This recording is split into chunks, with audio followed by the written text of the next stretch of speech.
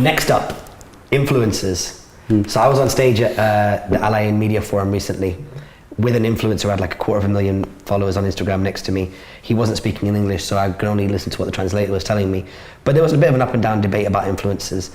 I think next year, there's going to be the year of reckoning for influencers. I think that the same way that probably 4 or 5 years ago, when metrics became a big thing, you know, the Hootsuite and all the other ones that are out there in the world that would give you analytics behind just social publishing and engagement, I think that's coming next year for influencers, not least because of the fact that now Instagram have got this tool where they can actually say, all right, Omar, you're an influencer for Nike, you can use this tag so that your followers know that you're doing this with Nike. Yeah. And that it's almost like a blue tick, but spun off directly for the brand. So what is an influencer, which is the influencer that's going to die as a result of it all kind of becoming a little bit more formalized next year? Because there's a lot of time wasters in this region. Yeah. There's a lot of fake followers. I just don't see. I think that the penny's going to drop for a lot of brands, and the ROI is going to become a much bigger part of the conversation. What do you guys think? I think the shift is going to be from big influencers that have a lot of followers to kind of micro influencers, influencers that have your 100,000 followers or 50,000 followers that are focused on a niche. Yeah. I think a brand, especially again a smaller brand, would do better if they're, say, in the tech space to engage with an influencer that maybe has 50 or 100,000 followers that's focused maybe on tech reviews or something in that area, rather than going after the biggest influencers that have 5 million followers that put out a post and that's it. Because a lot of times when they're at that level, I'm not saying all influencers, but some of these people that are at that level, they don't put in the care and the attention to develop or create that piece of content that's just right for you. That's one thing. The other thing also is when you have when you're working with a kind of a micro influencer, there's a couple of platforms that are popping up now that you can, a lot of agencies, I don't know if you work with some of these as well. We're working with one on a couple of campaigns right now where the platform actually handles everything. They measure the engagement, they look at the content, they're gatekeepers for the brand. So it's not the micro influencer working directly with the brand, but it's working through this third party. Like a marketplace. Yeah, like a marketplace, curated marketplace, where they make sure that this influencer actually delivers on what they're saying. They have real followers, and it's clear, and you get proper data on what this person is doing and not doing and what kind of effects it has. But isn't that a threat for us? We're going and curating these we're doing that intelligence layer, right? Is that not yes and no. I think brands can go to them, but at the same time, too, influencer marketing is a part of the overall strategy. So I think if you're working with a client and you want to offer influencer marketing as part of it, you can either build up your entire department that focuses on influencer marketing, or partner or you plug into one of these platforms and still offer these influencers to your customer, but it's still via you.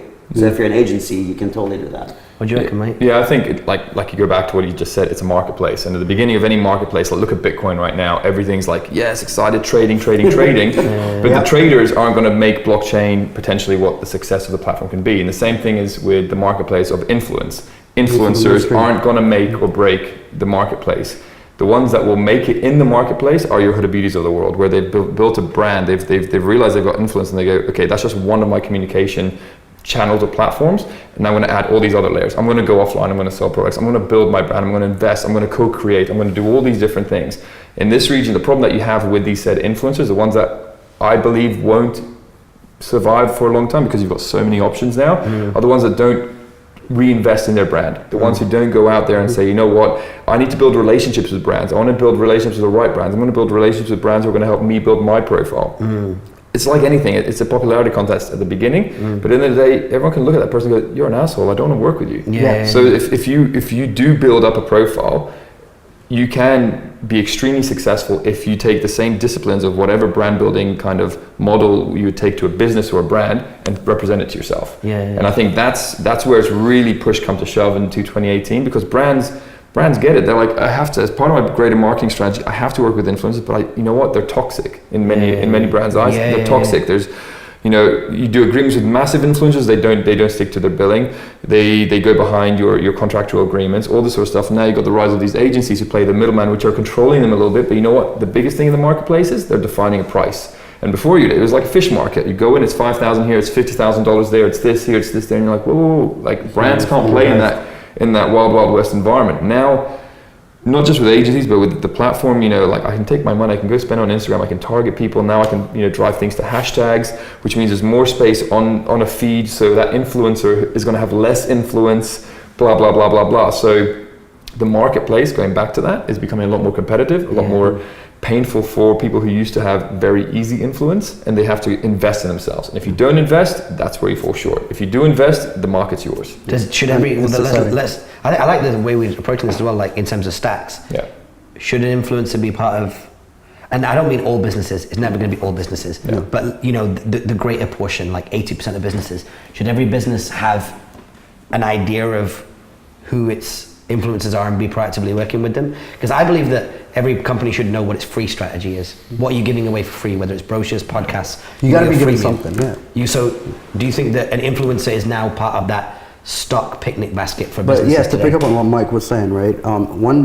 The beautiful thing about marketplace is it's going to level the playing field, right? It doesn't matter who you are, what it is you're doing. As soon as there's a marketplace, it creates a standard, and there's such high competition that you got to level up your game. You got to bring it now. Like you can't be, oh, I'm that person, sit back and expect people to come. Like you got to play hard, right? So that's the beautiful thing that I love about marketplaces. The other thing is that the question always is, if Instagram ceases to exist, or if whatever platform ceases to exist, what do? I'd love it if that would be the case. Right? That's the I'd love it if question. one of them just went down for 2 weeks. Right? You just see people jumping off the buildings. Yeah, because then that's the question. If it goes down, what do you do? Are you actually, do you actually have something to provide beyond just being on a platform? Right? And that's how you measure their tangibility as quote unquote an influencer, right? And then also you have which is the usual podcast model, and then you take it out of podcast and play it there where, you know what, Raj, here's your discount code, Raj50. Right? Your followers get a 20% discount if they buy from my site. Now I'll see if that's actually going to bring in ROI or not. So then I can measure how good you are. I don't want your stats. I want to see if it's actually going to Convergence. Is there a conversion to my business It's or the not? ultimate one, dude. Like we're in the clubs a lot, right? And I still meet people to this day that like, I'm an influencer. I said, all right, cool, what'd you do? They go like, low lifestyle, everything, sneakers, food. All right, cool. If I open a restaurant tomorrow, because I've got a lot of restaurant relationships, if I open one tomorrow and I put you in front of them and there's a discount code, worst case scenario, how many people are coming? Oh, well, I don't know, but like, I'm like, tell me 4. Yeah, I'll bring 20 of my mates, doesn't make me an influencer. Yeah, exactly. And actually, are we still good with the audio on the recording? Yeah. All right. Let me ask you a question. You're an influential dude, right? I know that there's something I want to speak to you about later on today, just something I'd like you to post because I think it's a cool project which I'm launching. But even though you don't market yourself as an influencer, because there's so much hype around influencers, do people still approach you to do influencer stuff? They do, and we reject all of it. Really? And when you say we, you mean the Dukan show, or you as mean the OT? Dukan show, and so I rejected for the Dukan show. Yeah. So, but that was a very different place. So when we get approached as influencers, we don't work. And this is something. So what do you want? Do you want the whole marketing contract? No. So ish. So for example, I work a lot with people like Sheb Moha and Chindi, very talented kids, right? Photographers, fashion designers, artists. They're creative thinkers, right? And this is a model for at least the smart influencers who actually have creative talent. They can come into an agency as a creative director, right? I don't need an ECD. I can bring in that 17-year-old who's doing amazing content. Yo, come hang out with us for a week and I'll pay you for that time, right? As a freelancer, right? So it's not just I want you as an influencer. I want you because you're good at what you do. I'm hiring you because you're good at it, right? So come on board, let's hang out, right? I just thought of an idea to make some money, but go ahead. So please, Mike, I don't know. Yeah, sorry. So then that's kind of the model I took upon myself. So when people approached the Dukan show, I was like, we're culture curators, right? We're not influencers. I don't play in that space. So if you want to work with us, I will build the creative that fits the Dukan brand. Right? And then that's how we could work together. I don't just come in, okay, pay me and I'll do that for you. We don't do that at all. I close that door early on. And then as OT, I pretty much follow the same regimen of okay, fine, you guys want to work? I can come in as culture and Dukan show. We'll build content, or we build the concept for you. We can come and workshop this A to Z, everything, as well as what's the final output going to be like, and as Dukan show, we produce it.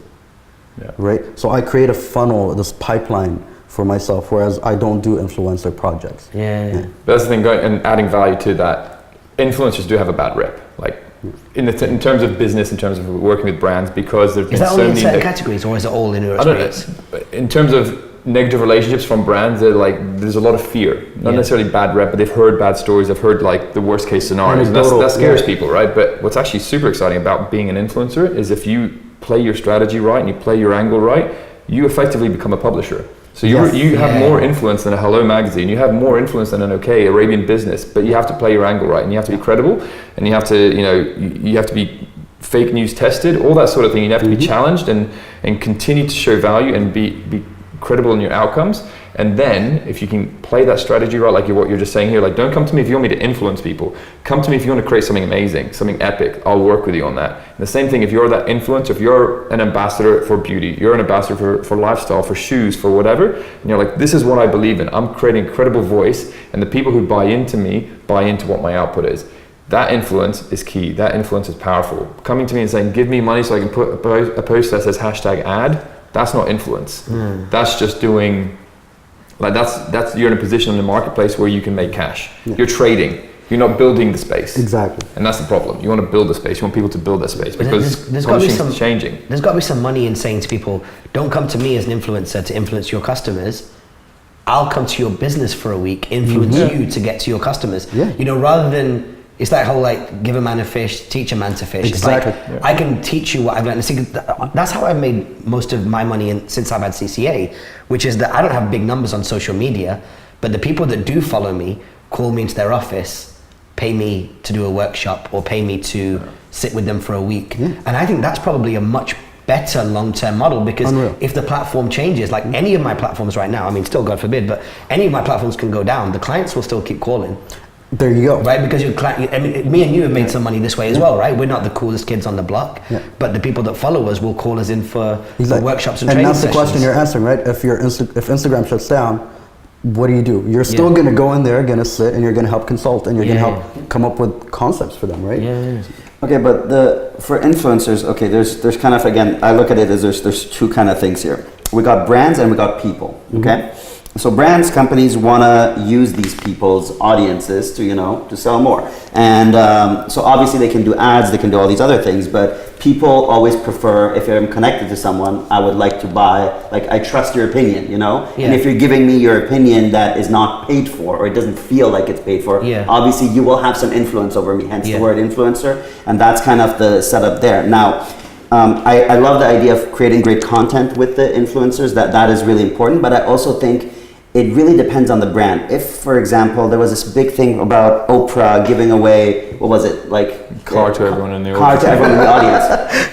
Do you guys know which car that was? Which car company? No, but I know the format. I know what she did. I just couldn't tell you the Chrysler car. or It was Chevy it was like whatever. Ford or I don't even remember. I see. Everybody remembers Oprah gave away those cars. Yeah. Nobody It's remembers about the brand. Oprah, the person. Nobody even remembers the brand. Think about how much money that brand had to spend to give 50, 100 or whatever, 500 cars away, So that's one of those things you got to think about. People always, they connect with people. Now, some brands do it in a really smart way. Like I love how Samsung does this, for example, when they partner with someone like Casey Neistat. Samsung has their brand kind of sorted out. They know they're about enabling creators. So when they go to Casey Neistat, they don't tell him, hey Casey, why don't you just show off this thing and then put a #ad? No. Our brand is about enabling creators. So we want you to embody that. And I think that is the best thing ever. So if you can find people that can, through their content or through whatever, embody whatever your brand is, that's the best kind of So what you're influencer saying is marketing. enable your perfect customer. Because if Casey Neistat was out there and he was not as powerful as he is, that would be the ideal person. You'd want 100,000 of them to buy your phone. So that's actually really interesting because now actually any of us, I guess, when we consult, would be like, well, your influencer is your perfect customer. Find them because he probably knows a whole bunch, and without even doing an Instagram post, you could sell 30 or 40 more units just because of the bar he hangs out in. Yeah, exactly. But that's the a exact really model, dope. that's the exact model idea. Nike did with Kevin Hart. Kevin Hart's a comedian, but because on his social media content, he's always in the gym at 5 a.m. Right? He's always exercising. He's the first comedian to get a Nike endorsement. To make things more interesting, on the Nike running app, right? There's a podcast that he hosts with Nike athletes.